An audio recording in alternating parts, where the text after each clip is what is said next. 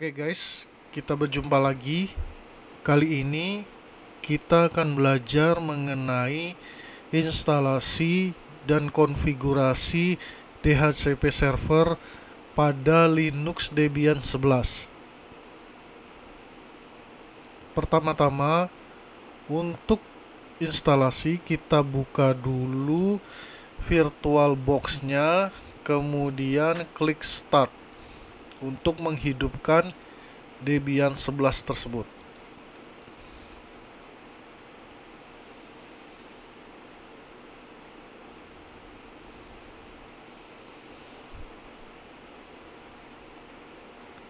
Oke, setelah kita hidupkan, klik Debian GNU Linux, atau kita bisa tekan enter. Tunggu sampai masuk ke interface Debian 11 tersebut. Untuk instalasi DHCP server, kita memerlukan koneksi jaringan internet. Oleh sebab itu, jangan lupa dihidupkan jaringan internetnya. Masuk, klik username kita, kata sandi kita kemarin yang kita buat, tekan enter.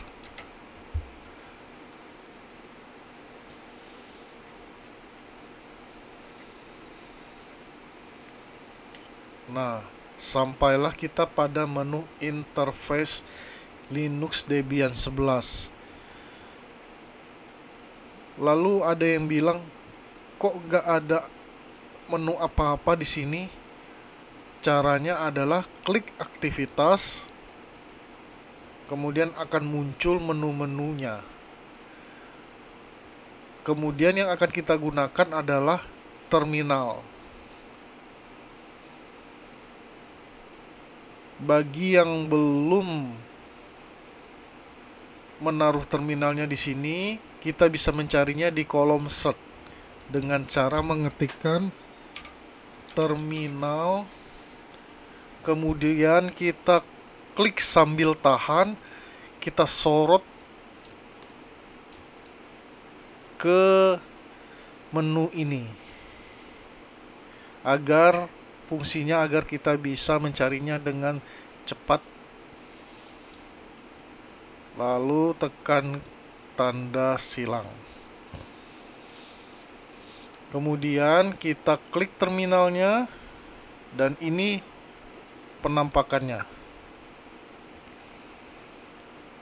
Bisa kita perbesar dengan cara klik tanda atas, kemudian klik tanda plus, maka akan besar seperti ini. Untuk mengembalikannya, kita mengecilkan bisa seperti ini. Oke. Lalu untuk instalasi DHCP server, pertama-tama kita harus masuk menu rootnya dengan cara mengetikkan SU, kemudian enter. SU di sini adalah singkatan dari super user. Super user adalah hak akses yang digunakan agar kita bisa masuk ke menu root, sehingga kita bisa mengkonfigurasi file dan mengkonfigurasi lainnya. Kemudian klik kata sandi yang kita buat. Di sini kata sandinya nggak akan muncul karena di sini memang tidak akan muncul untuk keamanan. Kemudian klik enter. Ketika sudah kita masuk ke kolom home garis miring nama kita, maka di sini sudah masuk ke dalam root Debian tersebut. Kemudian untuk update DHCP server, kita klik apt update terlebih dahulu untuk update Debian kita. Di sini kita tidak perlu lagi men-setting mirroringnya, karena di awal kita sudah masuk ke mirror dengan alamat server ini.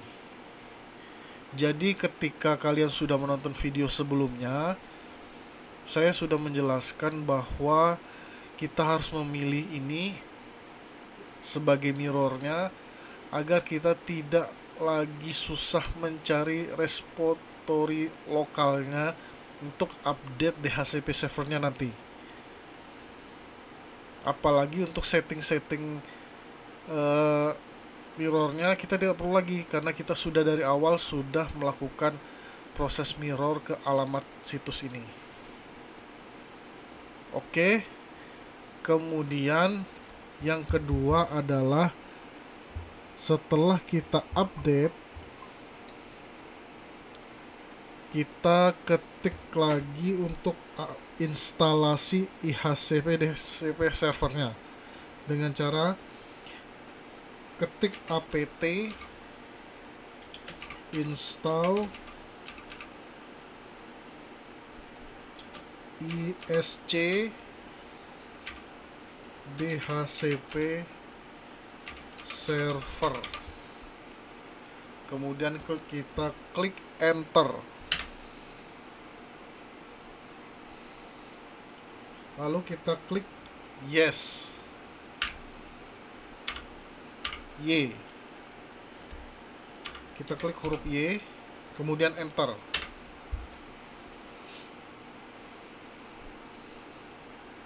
Kita tunggu sebentar, dan ketika kita sudah instalasi, maka seperti ini sudah berhasil. Tinggal kita konfigurasi agar tidak violet, melainkan aktif agar kita bisa berinternet ria.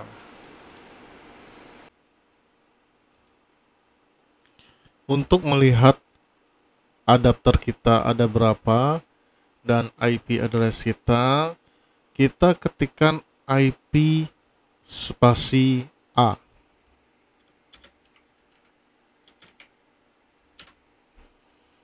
Maka akan muncul seperti ini. Di sini npose 3 berlaku sebagai NAT. Ciri-ciri NAT adalah biasanya menggunakan alamat IP yang berawalan 10 titik bla bla bla bla. Maka sudah dipastikan npose 3 ini adalah sebagai NAT. Untuk menambahkan adapter satu lagi sebagai host only-nya, pertama-tama kita matikan dulu Linux-nya.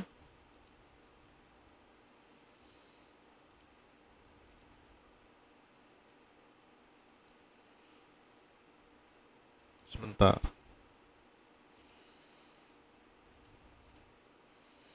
Kita matikan dulu Linux-nya, kemudian kita klik Debian 11. Klik setting, network.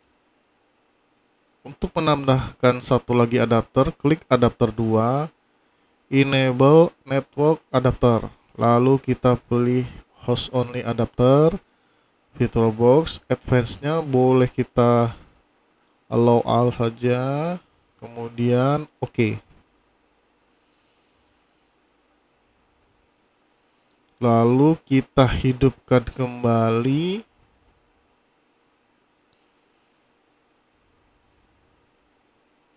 Linux 11-nya. Kita tunggu dulu.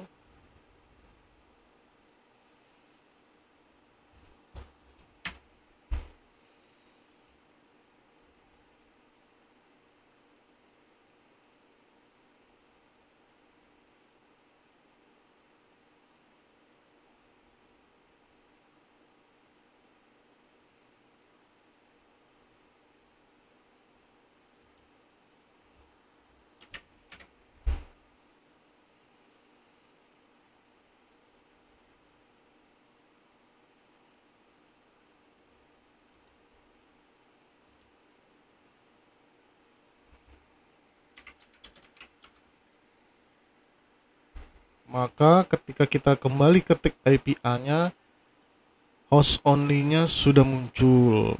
Namun jika kalian belum muncul ininya, berarti harus kita setting terlebih dahulu alamat IP-nya sehingga bisa digunakan.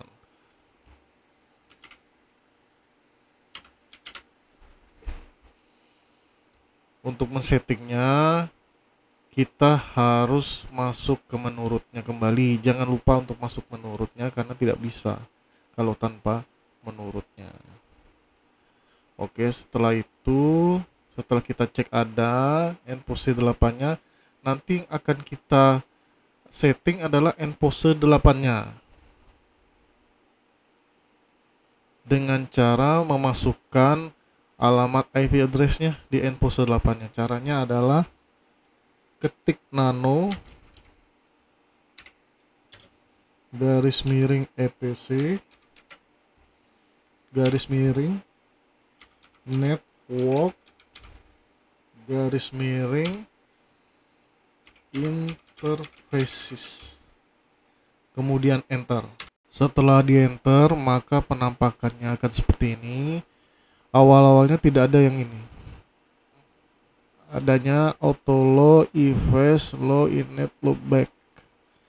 Kemudian kita ketikkan satu-satu untuk settingannya. Pertama adalah auto endpose 8 karena kita akan menyeting endpose 8-nya. Kemudian efface endpose init static. Kemudian address 192.168.10.3. Kemudian netmax-nya 255.255.255.0. Kemudian gateway-nya 192.168.10.1. Kemudian broadcast-nya nilai terakhirnya 192.168.10.255. Ini boleh kalian ketik atau kalian pause untuk ketiknya dulu, samakan dengan ini boleh, atau kalian bisa hitung secara manual, kemudian kalian mau pakai yang lain boleh. Namun untuk pembelajaran kita pakai alamat yang ini aja dulu.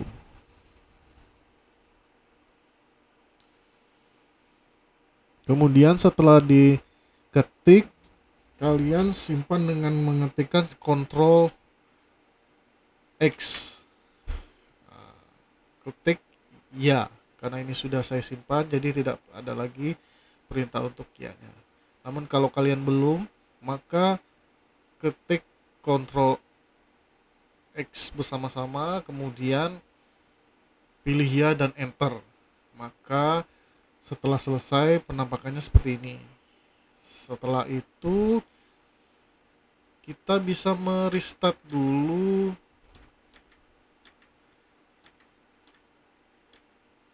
dengan cara mengetikkan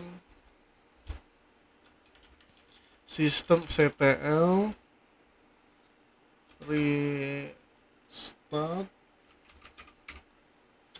networking. Istilahnya ini adalah merefresh jaringannya. Kemudian setelah selesai baru kita ke settingan DHCPD-nya. Oke, dengan cara mengetikkan nano garis miring etc garis miring dhcp garis miring dhcpd.com. Setelah itu baru kita klik enter. Maka kita settingnya awal-awal di sini ada ini hidup. Cuman karena kita untuk pembelajaran kita tidak menggunakan example ini. Kita matikan saja dengan cara membuat tanda pagar. Domainnya juga. Ini default listnya kita pindah ke bawah saja nanti di dalam kurungnya sehingga lebih rapi.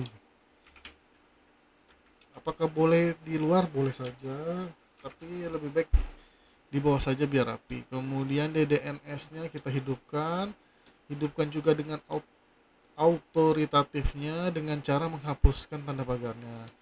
Kemudian kita ketikkan di bawah autoritatifnya subnet 192.168.10.0, LED masknya 255.255.255.0. Kemudian kurung kurawal buka, jangan lupa kurung kurawal buka. Kemudian enter, kita ketikkan range-nya 192.168.10.2 spasi 192.168.10.255. Kemudian option domain name-nya kita boleh memakai nama kita sendiri dengan cara petik 2, masukkan nama kita misalnya di sini adalah ferryisan14.com, maka boleh dimasukkan dengan nama kita sendiri. Kemudian titik 2, kemudian kita tulis lagi di bawahnya option domain name servernya, boleh menggunakan yang defaultnya saja seperti 8.8.8.8, boleh ditambah lagi alternatifnya 8.8.4.4, kemudian titik 2. Kemudian ketik lagi option subnet masknya 255.255.255.0.2, kemudian option routersnya 192.168.10.3, kemudian default list time-nya 600, max list time-nya 7.200, kemudian titik 2. Kemudian kurung kurawal tutupnya jangan lupa, karena di sini orang sering salah, jangan lupa. Dan jangan lupa juga hitungan subnetnya jangan sampai salah, karena akan berakhir dengan error. Untuk hitungannya nanti bisa di video di lain hari. Sementara kita menggunakan IP yang sepertinya saja dulu settingannya. Kemudian setelah selesai, kita seperti biasa Ctrl X dan enter. Dan ada satu langkah lagi setelah kita men-setting IP address-nya dan DHCP config-nya, maka adalah kita setting default IP 4-nya dengan mengetikkan nano etc default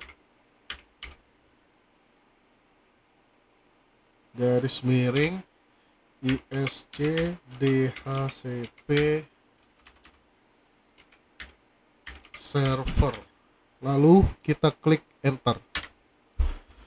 Nah, setelah itu kita cari interface versi 4-nya. Di sini kita ketik npose 8, karena npose 8 yang akan kita jadikan sebagai host only-nya. Maka oleh sebab itu nanti isi interface 4-nya npose 8. Kemudian kita save dengan cara Ctrl X dan enter. Untuk merestart setelah settingan tadi ada dua cara. Yang pertama adalah dengan mengetikkan sistem ctl network restart network.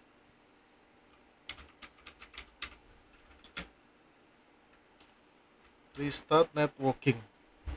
Jadi yang pertama kita bisa merestart settingan tadi dengan cara sistem ctl restart networking, kemudian enter. Dan cara yang kedua adalah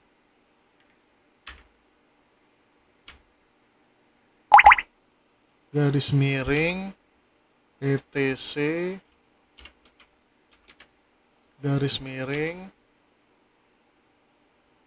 _init .d restart networking, kemudian enter.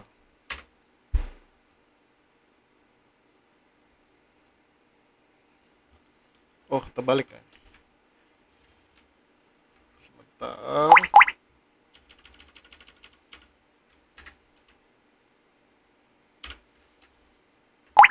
working, restart. Oke, kemudian enter, maka sudah di restart dengan dua cara tadi. Sekarang langkah selanjutnya adalah kita mengecek status ISC DHCP servernya apakah berfungsi dengan baik, sudah aktifkah. Kita cek ya dengan cara mengetikkan sebentar, systemctl status ISC DHCP server, dengan cara mengetikkan systemctl status ISC DHCP server, kemudian kita ketik enter. Nah, maka ISC DHCP-nya sudah running di sini, tetapi masih ada error yaitu endpose-nya is down. Kita cek dulu kenapa bisa down. Kita keluar dulu ctrl-c. Oke, ternyata saya lupa mengetikkan satu perintah sehingga ada sedikit violetnya ketika di endpose 8-nya. Ketika sudah selesai men-setting, ada satu lagi yang harus di restart sehingga DHCP servernya berfungsi dengan baik dan aktif. Caranya adalah dengan mengetikkan systemctl restart ISC DHCP server. Perintah ini sangat dasar namun sering kita lupakan sehingga waktu pertama kali menginstal kita tidak bisa aktif dan selalu error. Kemudian klik enter. Maka ketika sudah selesai ini baru kita cek statusnya. Maka akan alami selesai untuk setting DHCP servernya. Ada lagi cara kita untuk mengeceknya apakah ini sudah masuk ke host only nya, adapternya. Oke, setelah ini kita akan cek. Oke, cara mengecek settingan tadi adalah dengan ke control panel, masuk ke control panel, kemudian lihat status dan jaringan tersebut, change adapter, kemudian ini yang kita setting adalah VirtualBox only nya, kemudian kita klik ke kanan, kemudian status, kemudian properties, internet protokolnya ini kita setting semuanya otomatis. Oke, kemudian biasanya ketika berhasil di sini sudah kelihatan angkanya, artinya jaringan yang kita setting tadi berhasil. Tapi kalau di sini 0, artinya settingan kita belum berhasil. Kemudian kita klik detail, maka IP address-nya sudah berubah. Oke, artinya settingan kita sudah berhasil. Banyak yang tanya kenapa default gateway-nya tidak muncul. Ketika kita menginstal DNS nanti, maka settingan seperti ini akan muncul nantinya. Jadi untuk tahap ini biarkan saja dulu. Nanti ketika terakhir kali kita menginstal Apache dan menginstal DNS servernya, ini akan muncul sendiri nantinya. Kemudian kita klik close. Nah, di sini artinya settingan kita telah selesai. Nanti kita akan masuk ke materi yang baru, yaitu adalah kita akan menginstal Apache, kemudian kita akan konfigurasi juga DNS-nya sehingga nanti muncullah semua ini defaultnya dan DNS servernya. Oke, terima kasih atas perhatiannya. Assalamualaikum warahmatullahi wabarakatuh. Jika ada kekurangan dan kesalahan, itu semua datangnya dari saya sebagai manusia. Tidak lebih, hanyalah ini untuk belajar saja agar kita bisa sama-sama belajar, dan tidak satupun dari saya untuk mengatakan bahwa diri saya pintar. Terima kasih, jangan lupa untuk subscribe dan like ya channel ini. Terima kasih.